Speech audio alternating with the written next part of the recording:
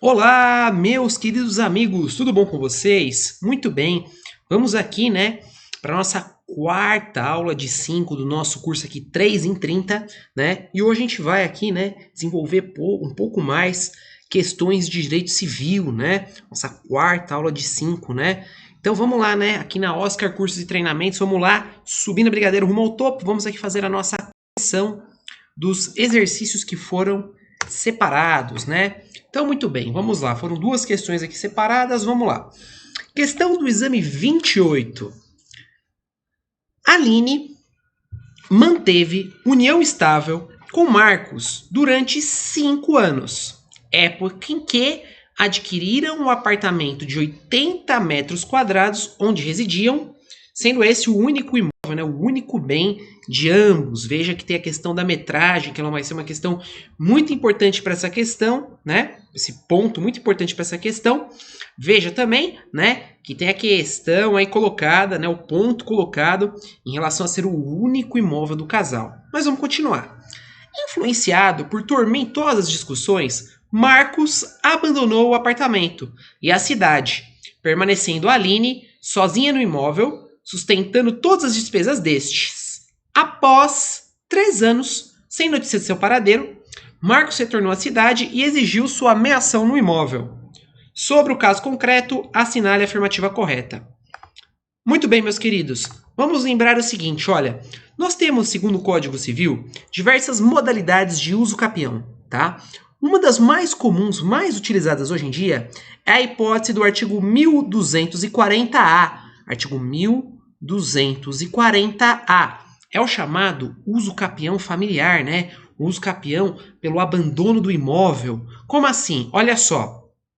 Se uma pessoa possuir como dela um imóvel de até 250 metros quadrados, beleza? Então, era um imóvel familiar, um dos cônjuges abandonou esse imóvel e eu passo a possuir, passo a utilizar esse imóvel de forma ininterrupta, direta, exclusiva, né? E esse imóvel tem até 250 metros quadrados. Passados 2 anos, é possível fazer o pedido de uso capião desse imóvel, tá? Tem que ficar esperto ainda no seguinte, olha só, o artigo 1240-A ainda coloca que só é possível fazer uma única vez este tipo de pedido. Então, olha só, não posso ter outro imóvel, era um imóvel familiar, fruto lá do casamento, né, da união estável, seja lá o que for, um dos cônjuges abandona, ou o companheiro, ou seja lá o que for, abandona este imóvel à mercê do outro, e o outro, de forma ininterrupta, 2 anos, né, ali utilizando da posse, e, né, é o único imóvel que era imóvel do casal. Muito bem, então é possível o uso capião nesse sentido, né? Voltando para a questão, a gente vê que a questão coloca que passou 3 anos, então já deu o prazo, colocou que é o único imóvel do casal, não pontuou nada da existência de já utilização deste instituto, então a gente pressupõe que não foi utilizado, né? E, inclusive, né, coloca aqui que foi por 3 anos que ele abandonou, precisava só de 2, então estão preenchidos todos os requisitos do uso capião familiar. Então vamos lá, letra A. Marcos faz jus à ameação de um imóvel, não porque ele perdeu o imóvel para Aline. Letra B. Aline poderá residir no imóvel em razão do direito real de habitação. Não, não é direito de uso real de habitação. Letra C. Aline adquiriu o domínio integral por meio de uso capião, já que Marcos abandonou o imóvel durante 2 anos. Perfeito, ele abandonou até 3, né, que é mais do que o período necessário. Então, letra C, correta. Por fim, letra D. Aline e Marcos são condôminos sobre o bem. Não, o Marcos deixou de ser condômino, né? Ele nem tem mais posse nem propriedade, porque a Aline teve uso capião. Então, letra C de cachorro é a correta. C de cachorro é a nossa primeira questão. Tranquilo, pessoal? Muito bem. Então, já vamos aqui logo na sequência, né? Trabalhar com a nossa segunda questão, né? Segunda e última questão que eu trouxe sobre um dos outros temas mais cobrados aqui no direito civil, que é a questão dos alimentos. Então, vamos lá.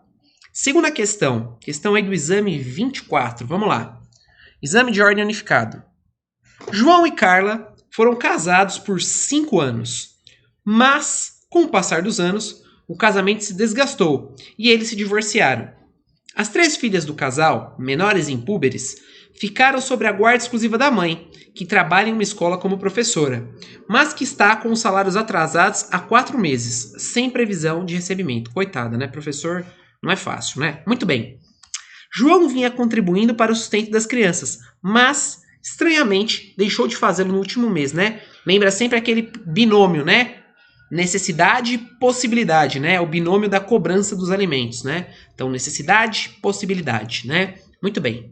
Carla, ao procurá-lo, foi informada pelos pais de João que ele sofreu um atropelamento e está em estado grave na UTI do hospital Boa Sorte. Vai precisar de boa sorte mesmo, coitado do cara. Como João é autônomo, não pode contribuir, justificadamente com o sustento das filhas. Lembra, né? Se tiver uma causa impeditiva, né, justificada, né, como esse caso aqui, né, poderia suspender essa questão dos alimentos, né? Muito bem. Sobre a possibilidade de os avós participarem do sustento das crianças, assinale a afirmativa correta. Então, olha só. Comprovada uma situação como essa, né, da impossibilidade dos pais, existe a questão dos alimentos avoengos, né? Ou seja, os alimentos que eu cobro em face dos avós. Veja que nesse caso aqui, está tudo traçado em possibilidade, né, de um, necessidade e possibilidade do outro, né? Então, as crianças têm a questão da necessidade, da possibilidade de receber, né? Elas precisam receber, enquanto do outro lado nós temos alguém possibilitado de pagar. Então, tudo configurado na legislação, né? Tudo bonitinho, para que se possa pedir os alimentos avoengos. Então, vamos ver as alternativas aqui da questão. Letra A. Em razão do divórcio, os sogros de Carla são ex-sogros. Lembra o seguinte, né? Sogro e sogra, mesmo com a dissolução do divórcio, esse vínculo se mantém, né? Então, por exemplo, se você divorcia, você não pode casar com a sua ex-sogra, porque não existe ex-sogra, ela continua sendo sua sogra. Esse vínculo, né, de parentesco por afinidade com o sogro e com a sogra, ele nunca se encerra, segundo a nossa lei. Então, esquece a letra A. Letra B. As filhas podem requerer os alimentos avoengos se comprovada a impossibilidade de Carla e de João de garantirem os sustentos delas. Perfeito, né? Perfeito. As filhas que vão cobrar, né? Inclusive, como elas são menores aqui, impúberes, né? Elas estarão representadas pela mãe. Então, certinha a letra B. Por desencargo, vamos ver as demais. Letra C. Os alimentos avoengos não podem ser requeridos. Não podem sim, né? Nada a ver. Letra D. Carla não pode representar as filhas em ação de alimentos avoengos.